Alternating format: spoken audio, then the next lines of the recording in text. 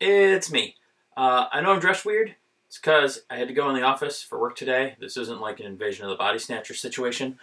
And as for why I'm standing, I really got poop. So I'm going to make this quick, and by that I mean it'll probably be 20 minutes long. But basically, I just wanted to talk more in depth about Mario Kart World. Um, now, once again, it's weird to me that no one on the internet's really talking about this game. Like, I know Tyler and I basically have a monopoly on making Mario Kart videos. It's just, it's so strange that just no one's talking about it. So I guess I will, as a public service to all of you. But basically, I know I was pretty hard on the game during the direct, and I just wanted to, now that I've had a few days to digest, um, and just kind of mull things over. I had no one else's opinions to read, so I just kind of had to formulate these all on my own. But I want to talk about it more and a little more in depth, and just really explain my reservations and where I'm coming from in this game. Because um, I know the direct made me sound like I kind of just hate Nintendo and was shitting all over everything they were doing. And I will be honest, I'm no longer a Nintendo fanboy as I was for most of my life. I've definitely fallen out of love with the company a little because they seem to be making more bad calls than good ones nowadays. But I wanted to enjoy the direct. I was going in hopeful. I want to be excited by new consoles. And Nintendo still has some of the best IP out there. So I wanted to love it, but I didn't. And Mario Kart especially just really, man, I didn't love anything they showcased about the game. So let me get into that. Some of the easy, low-lying things, right off the bat, the open world. One of the modes that they explain exists for it now is free mode, where you can just ride around this open world and explore. And that sounds cool. And funny enough, there's been multiple times when Tyler and I were playing the game where he would say, man, I wish I could take the time and look at this part of the track. Like this thing in the background or whatever is really cool looking. I wish I could explore that more. Um, and so in this game, he would have that opportunity. However, every time he's brought it up in the past, I'll always say to him, um, we should just do a time trial, and then you can drive off the track and take your time and look at everything and enjoy all the scenery. And that's basically the end of the conversation. He never even went through with doing it. It was just a passing thought of, oh, that looks really cool. Um, but now that they have free mode, you can ride around the entire world to your heart's content. Unfortunately, for 99% of people, that's going to last about 10 minutes. Because really, like in a racing game, even if the world's populated full of stuff, how much is there to gain by driving around in it? Like, think to yourself, objectively, realistically, you have this game. It's a racing game. And let's say you don't have your friends around right now. You're not going to go online. You're just playing solo by yourself. So you're driving around this world. Then what? Once you've seen whatever interesting bits caught your mind, are you going to keep driving around? Are you going to go back into free mode and drive around more again later? You're not. No one is. Why would you? There's nothing to gain. There's no purpose. There's no enjoyment there. What do you get out of that? Nothing at all. Think about, let me take Mario Kart out of the equation. Let me take Nintendo out of the equation. Think about Skyrim, okay? Everyone knows Skyrim. It's basically ubiquitous now. The throat of the world, the big giant mountain right in the middle of the map. Let's assume that the dragon guys that are up there, let's assume they're not there. Their whole building is gone. They're not up there. There's no quest that sends you up the mountain. The mountain is just there on the map to look like a mountain. Most players, when playing Skyrim, would climb that mountain because it is a challenge. It's something to achieve. It's like, hey, I want to see if I can push the boundaries. I want to see if I can get up that mountain. I want to see how high I can get. I want to see what's at the top, whatever. Everyone will do that once. Once you've done it and you've gotten up there and there's nothing there, it served no purpose, it did not move the game forward, it did not benefit your character in any way, there's no reason to do it again. Once it's done, that's it. You've done it now. You've seen it, you've been there, it's over. Free mode in Mario Kart's gonna be the same thing. For all the effort they put into developing that mode and making the world traversable and putting details in that aren't on the tracks, that are instead just out in the wilds, they're only ever going to be experienced once, if at all. by pretty much every player. There's just no reason to do that. So I don't know what their plan is for that mode, but to me, it's just a giant waste. Those resources could have been spent on something else. The map could have been just a bunch of small tracks instead of one giant world, and we could have had more tracks. And that brings me to my next issue. The track count in this. It looks like, I believe there was, I want to say, 7 cups, 4 tracks each, which means 28 tracks. Mario Kart 8 Deluxe has 96. So, that's a bit of a downgrade. And now, granted, not every game can always be more content than the last game. I understand that. I know it's realistic, although Nintendo really has kind of gone that way with, Mario Kart 8 being just so much bigger than 7. Smash Bros. Ultimate having every character from the previous games, plus some more they added as DLC. Pokemon Scarlet and Violet being a true open world as opposed to Sword and Shield having just a couple wild areas. Like, Nintendo recently, to their credit, and I rarely will give it to them, they've been good about building upon what they had and just making everything bigger and more content rich than what came before it. So Mario Kart 9, or World as we're now calling it, could have just been Mario Kart 8, but more. If it just came out and said, hey, right off the bat, 100 tracks, and we're gonna add more later. Like, that would have been fine. The engine was perfect, the controls were tight and just excellent. All the existing tracks are really diverse and really fun. Like, they didn't have to change anything. The formula was perfect. So the fact that this new game has less than a third of the tracks of the last game really just sucks. That seems almost insulting. Like, that is a huge downgrade.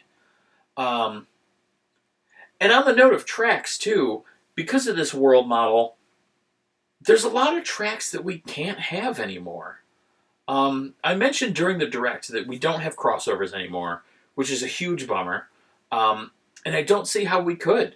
Because the map they have is all part of this world now, you couldn't just add the Hyrule Castle track or the Animal Crossing track.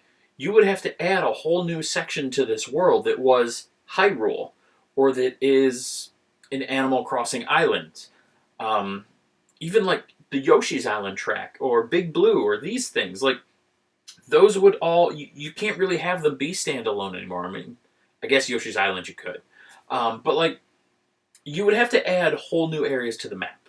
So, if we got DLC, it's either going to plug into the existing portions of the map in spaces that are otherwise empty of track, or it's going to be a larger, more expensive DLC pack that'll add a whole new chunk to the map and have a bunch of tracks in that chunk. But they're all going to be themed around that chunk. So again, we're probably not going to get crossovers, because if it was a crossover, the whole DLC would have to be that. If we got Hyrule Castle and they added a section to the map that was Hyrule, we're not just going to get Hyrule Castle. We're going to get Death Mountain and the Lost Woods and, all these various things. And don't get me wrong, that would be amazing. I would download and play the hell out of that DLC, assuming I bought this game, which we'll get there. But, I don't know, it seems like a downgrade, because those crossovers were fun. That was a really enjoyable part of Mario Kart 8, was seeing those other games in there. And on that note, the roster. Now, once again, we did lose all the crossover characters. No Inklings, no Isabelle or Villager, no Link. Those are all gone. Instead, what we got is the stupidest roster of Mario characters I've ever seen. Now, look, more characters is good in general. I like the idea of a bigger roster, of more characters to play as. So I don't want to complain about that. However, if you look at some of the inclusions, it is the dumbest thing I've ever seen. Like, I know right now it's a meme that, hey, we got the Moo Moo from Moo Moo Meadows. And I get, how meme culture works. And I know people will latch on to the absurd. But if you really think about it, did anyone ever ask to play as the cow from the background of Moo Moo Meadows? or the dolphin from Dolphin Shoals, or NPC background characters that only exist in Super Mario Sunshine. Um, you know, most of these characters are barely even characters. Why are they in this game? No one asked for these. It's it's a ridiculous inclusion because again, before with the crossovers they had, we got real characters. We got Link, we got the Inklings, we got Isabelle. Like these are cool characters with good designs that people are excited to play as. How many of you are excited to play as the undead fish from Super Mario Bros. 3? Anyone? Any of you excited to play as that? No, you're not. No one is. Why would you be? That's dumb. Not only that, but they removed some of the characters, even the Mario characters, that were fun, like Dry Bowser. And that brings me to another point, speaking of Dry Bowser, is that, and now this may be subject to change, so maybe this isn't as big of a complaint. Maybe the screens we've seen are just the development screens and not the final product. We still have another 2 months. But if you see early gameplay footage that's online, the character select screen is paginated. It's a scrolling screen. So basically, here it shows 16 characters, 12, however many it shows on the screen. And then you go over to the next page and you get 16 more. And there's 7 pages. So that looks like a ton of characters. 16 times 7, you've got, I don't know, a lot. What would that be? 112. 112 characters sounds amazing, but whenever people scroll through that, most of them are character variants. It's just different costumes. So it's Mario, and then it's also Mario in this costume, or Mario in this costume. And I know a lot of people have complained before in the past that, when you play Mario Kart, you've got Mario, then you've got Metal Mario, and then you've got Fursuit Mario, and then you've got all these other iterations that are just Mario over and over and over. And same for all the princesses and all the other characters. It'd be nice if costumes were just a sub-select of the character. Like in Mario Kart 8, when you choose Link, you can be Breath of the Wild Link or Classic Link. When you choose Yoshi, you can pick which color Yoshi. Same for the Shy Guys. That's what they should be doing in this. It should not be a huge scrolling list. First of all, we should not have scrolling character selects anymore. That is stupid. They should all be on one screen. In Super Smash Bros. Ultimate, they fit all of those characters on one screen. Why the hell are we scrolling in this? So all the characters should be there, and then the costume should be a sub-select after you've chosen your character. So that is just stupid and terrible. But yeah, onto, I guess, more like racing controls. I'm not happy from what I've seen. Like the rail thing, the rail slides or the wall riding. This is not Tony Hawk. Why are we doing rail grinding and wall riding? Like, it's a go-kart racing game. What the hell is that? And then you see it too, and people are like building up boosts and doing tricks off of it. But why not just drift for boosts?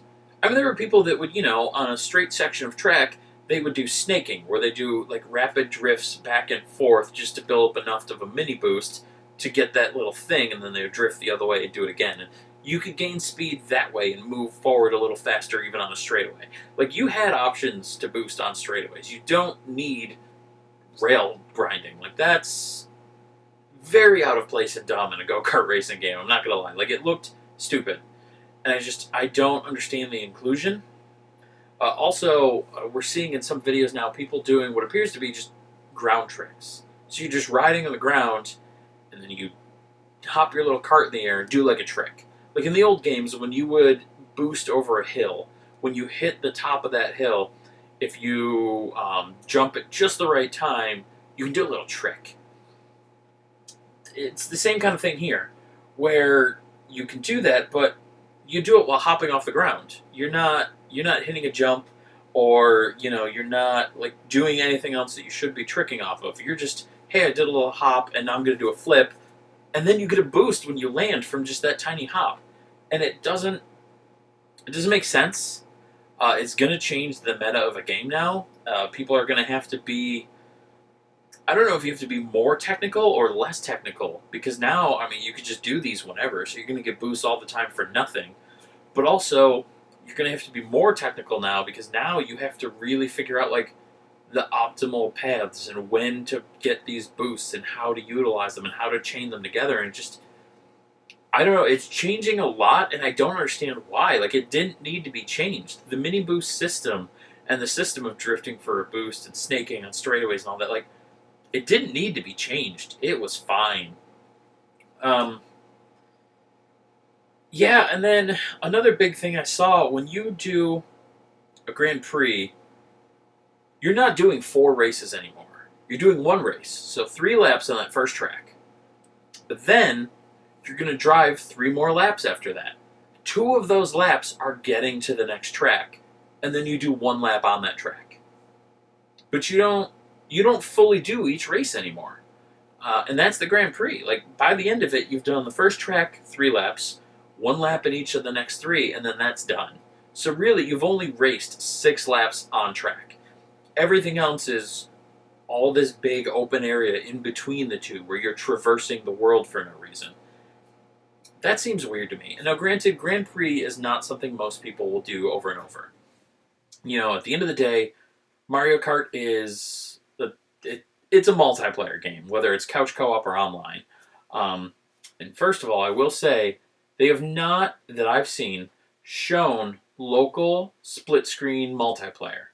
I've seen them highlight, the online play.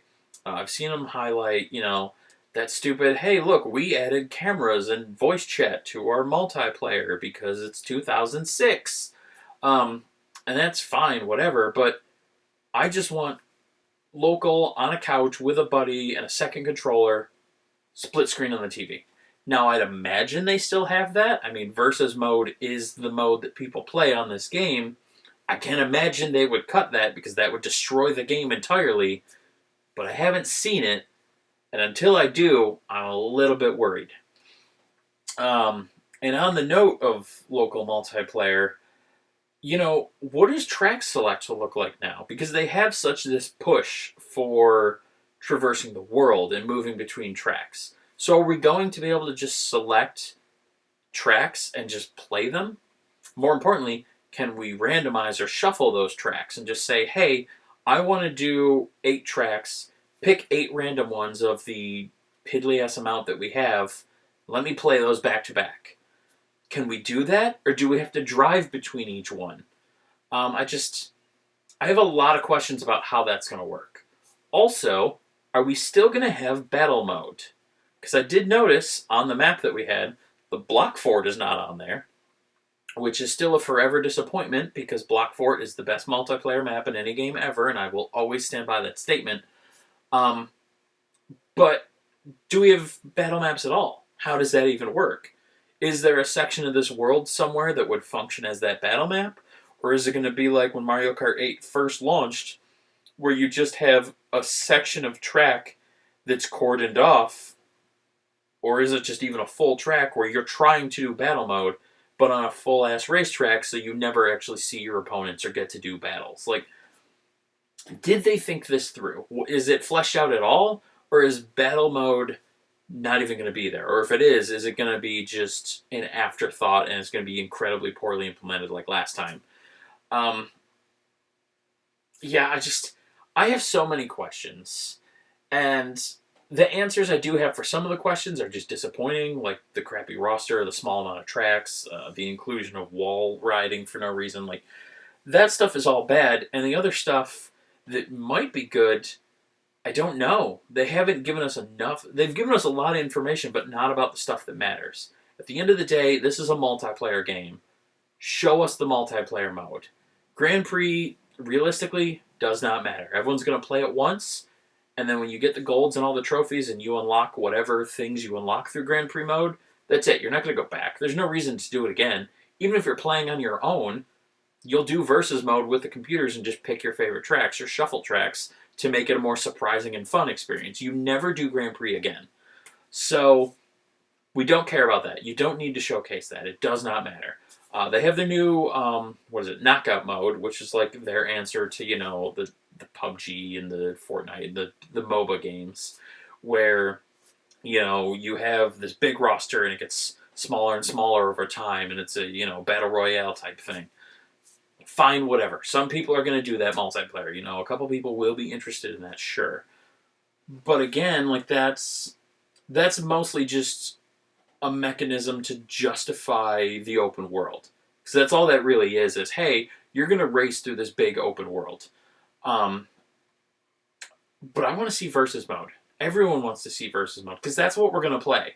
95% of playtime on the game, by all players, will be versus mode. And it's the one thing they haven't shown us. So I don't know. Overall with this game, they haven't shown us the stuff that matters, and what they did show us doesn't matter and isn't good. So I'm not happy about this game. And then the big thing, of course, that everyone does know, it's $90. Now, I know if you bundle it with the system as a digital download, it's only $50. And later on, if you buy it as a digital download, it's not going to be $90, it's only $80. $90's for the physical.